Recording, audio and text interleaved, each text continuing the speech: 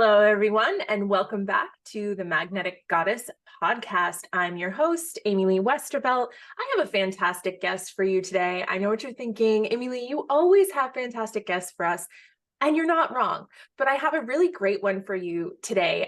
Priscilla Stephan is here. She's an intuitive business strategist who helps soul-driven leaders create world-changing businesses by embracing their natural leadership style and gifts. She does this through practical business strategy, soul guidance in the Akashic Records, and allowing you to deeply trust yourself. I can't wait for you guys to meet her. Welcome, Priscilla, to the show. Thank you. Squeal. Let's dive in. Absolutely. So it's so great to have you on the show. You got to tell me, how does one become an intuitive business strategist? That doesn't seem like a regular trajectory of something that someone wants to grow up and be. I want to hear more about that.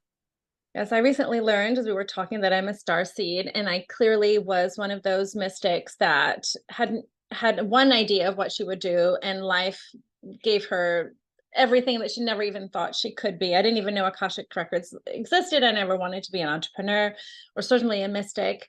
And I went through 3 really dark nights of the soul type of career changes. I was in the environmental field, then I did event planning, then I didn't know what I was doing, kind of found health coaching, figured I would try to heal 30 years of yo-yo dieting and emotional eating and putting on 30 pounds and taking off 30 pounds. And then knowing that after 3 years of coaching women with emotional eating, that wasn't it, but I was just kind of holding out for the thing that was the thing for me, that I didn't even know what it would be, but hoped I would just know when it showed up. And it happened. I got an email in my inbox, I don't know how, about this thing called Akashic Records and healing your body story. And I had a lot of trauma from my childhood to heal. And I was like, that's the thing. I don't know what it is, but it's that. We all have that, right? Where we go, don't know who this person is, don't know what it is, but I just need to be there, need to know them, need to do this thing. And so did this 5-week journey, and I was like, oh my God, this energy, this healing was so potent. How did nobody ever tell me about this damn thing called the Akashic Records? I got to know this. I need to learn how to access it for myself. And then I became trained as an Akashic Records practitioner, meaning I learned how to connect to my own soul guides. And then I knew this was the trajectory for my life's path, which was to then learn to do Akashic readings for others and realize that I had a special gift for business and leadership in the records. You know, there's so much you can do in terms of healing and clarity and guidance for people. The Akashic Records are also known as the Book of Life. It's a space of divine love and truth where you connect to your soul guides, known as record keepers, and they help you live a life of joy and purpose and meaning. It doesn't mean that they're going to give you the easy answers, the magical answers, but they will stretch you into living your best life. And then I was like, okay, damn. And then I was able to channel multiple bodies of work, including the Soulfulent Leadership Archetypes, which is my first book behind me here, helping people understand their natural leadership style and how to apply that into business from a soul-informed lens. And then I developed an entire Akashic Records certification program and proprietary trainings, all downloaded, channeled through the Akashic Records. And all my choices, my business decisions, my life decisions are made in partnership with my soul, right? And so I didn't even know this existed. It was just kind of life happened, and life sucked for a really long time when I had absolutely no clue where I was going to go, who I was going to be, and it was tough. So I understand when people go through that stuff themselves. Yeah, that makes a lot of sense. And, I haven't actually dabbled in the Akashic, but I definitely recognize what you mean about when it comes to having downloads and channeled thoughts and channeled wisdom. My channeling comes mostly through the kind of the Hieros Gamos aspect, the divine union. That's kind of where my stuff falls. And so I get a lot of information, but I also know that a lot of people are very connected to the Akashic. And for me, and I don't know if I've ever told you guys this, but for some reason, there's always this little hand going, no, Akashic's not for you, Amy Lee. You're not going in there. And I'm always like, why? What? Everybody else plays in there. How come I don't get to play in there? But I've just been told that it's just not where I'm supposed to go. And there aren't many things in my life that I feel like have like caution tape over them, or, do not enter, but the Akashic is one of them. And I'm not really sure. I'm wondering if that will change later in life, if it's like, you know, a timing thing. But I very clearly have been told by my guides, like, yeah, this isn't you. I did have somebody read my Akashic records once. She just decided, she was like, you know, can I? And I was like, sure. And so I didn't know what I was getting into. And some of the stuff that she told me was kind of crazy, and you know, believable, but at the same time it was like, wow, this is the answer that I wanted from the universe, that you would never have known that I wanted. It was just kind of mind-blowing. So all that to say, it's not my thing, but also I very vehemently support it and believe in it. But yeah, it's just one of those, I don't know, it's just one of those things, you know, like we were talking before we got on, but you were like, I was never going to be a woman who had kids. I was never going to be an Akashic record person. Yes, bless you, because you have your own path, right? And for me, the Akashic Records, you know, I happen to attract many clients too who feel are guided to then learn how to read it for themselves at a bare minimum, if not to incorporate it into their own spiritual transformational work. It's definitely a calling, right? Every modality calls to certain Yeah. people, and the Akashic Records is very specific. And so it's totally fine. And like, I'm not going to do hypnosis or a whole bunch of other things, even though it might sound great, right? I'm like, yeah, that just no. And that's perfect to have that delineation. So then we can focus on the things that we really want to do. And to clarify, everyone has the innate ability to access their own soul guidance in the Absolutely. Akashic Records. I don't have a special ability that anyone doesn't. It's just about how to train yourself to do it, right? Like, most of us can probably do squats and different kinds of things with our bodies, but it'll help if you go to a yoga class, for example, and the teacher shows you how to Right. do it properly, right? Yeah. And Mhm. responsibly, and all those things. But when I was really amazed when my guides asked me to write the first book on leadership and to have archetypes that are leadership based, because I was like, this was 2016. I'm like, this was just before Trump was getting into power, and the consciousness was very different at the time. And I think this perception that I had of leadership was very masculine, very patriarchal, very hierarchical. And I was like, who am I to be talking about leader? I don't even know if I am a leader. I don't even know if I want to be a leader. Who am I to be talking to people about leadership? And then soul informed leadership. Who the hell is going to give me the time of day, right? Because I was thinking of corporate leadership trainings. But I channeled the whole book. And then this became another version of the original book where all the 28 archetypes came through. They're bundled in the 5 groups here in the book. There's the mystic, the visionary, the strategist, the divine feminine, and the explorer archetypes. And it's been a real journey of my own spiritual leadership and evolution. I find many people, especially since COVID, are emerging with a new consciousness about what they want from life, how much more meaning and richness they desire, and also how brainwashed and conditioned we were into very masculine or unhealthy dynamics of productivity, doing business, the hustle, the consistency, all the things you should do, all this, and all the shaming and about, if you haven't reached this amount of whatever, then you suck, you know. And I was like, damn that shit. That's not the truth. You know, we're feeling more pulled to lead from our souls, from our intuition, for something deeper within ourselves. And I think as leaders too, CEOs, transformational leaders, CEOs, entrepreneurs, women, humans, we want a more humane way of living. And we also want to be able to source our own information and our own guidance, which can come from many ways. You don't have to be in the Akashic Records to source divine inner knowing, right? We kind of built in with that. And Absolutely. so being able to understand your dominant natural ways of leading, what moves you to lead, right? What's that inner pull, that inner calling to show up and put yourself out there, be visible, say bold things, to create things, products and services that transform your industry. That's putting your neck on the line, right? What is that pull that makes you do what it feels so scary? Because you can't, you know, you just have to do it, right? It's part of your life's path. And then what are the innate qualities that you already have within you that will support you in doing that more easily than you think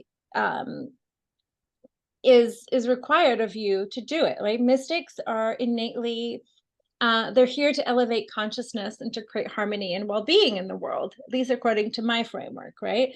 So how do we do that? With our innate abilities that are intuitive, creative, and healing, right? We harmonize, we create well-being. And so if you're creating a business or a product or a service, it's important that those intuitive healing and creative abilities be front and center. But what happens when we're spiritual beings? We're afraid, right? People are going to think we're crazy, wacky, irresponsible. But then it's that inner self leadership journey to come to right relationship with yourself and who you are as a leader, and to let that shine through in the work you do. Like if you're a divine feminine leader, your work is for the community and with the community and by the community. It's like your slogan is "We together we rise," right? And so then you have an innate ability to co-create, to collaborate, to build community, to forge partnerships.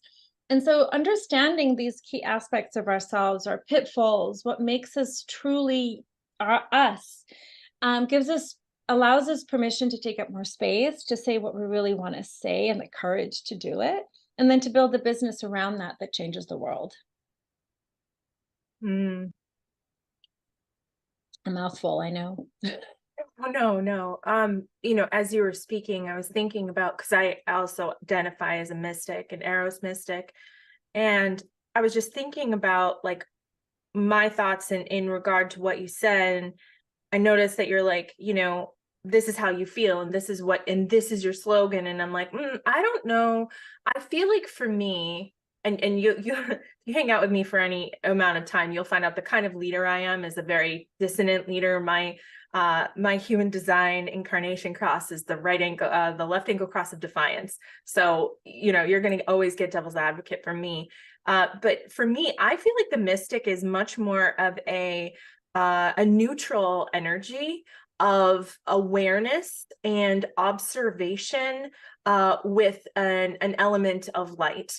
I don't, I heard you talk about like Trump coming into power and all these things and these very like 3D elements. And I'm like, I don't know that in my experience, and I can't speak for all mystics, but like, I don't see the world according to only the lens of everything that's messed up. I see it as a function of the bigger picture. I see it as a function of, yes, it looks messed up from this angle, but if we stand over here and we look this way, we see all the beauty. So for me, I feel like my experience as a mystic has been different, because I feel like, and maybe this is just kind of what kind of mystic we are, but I feel like more of me is in the ethereal and less of me is in the human world. And so I feel like I'm observing my human and the human landscape more than I'm necessarily down here interacting with it. Does that make sense? It makes total sense. And we naturally, as mystics, are bridges between the invisible and the visible, right? The 3D realm. So that's absolutely, yes, I agree with you. And I am a realist and an optimist. And I see things through, I believe this is kind of like our earth school. Our souls are here to evolve. We're part of a greater collective consciousness, of which, what we think is bad is part of an opportunity to create some change that will elevate us ultimately, right? So don't just look at this one element, look at it in the bigger, higher scheme of things. So I'm completely, I happen to agree with you on that for sure. And yes, we are an energy of awareness and shedding light on things, and also providing healing because we shed light and bring awareness to things, for sure. And my cross, I think, in human design, I'm a generator, but the cross of, I think, consciousness. It's all about bringing consciousness to people about who they are, what they're here to do, and their sense of purpose in the world, and let them make their own decisions, right? What I say is that when you know yourself better, chances are you'll lead better, right? Just knowing ourselves better, what makes us tick, what triggers us, what is the default conditioning or patterning that seems to trip us up from doing and realizing our fullest potential. And then who are we as leaders? How do we want to lead from a space of conscious awareness versus default programming or what we think is expected of us?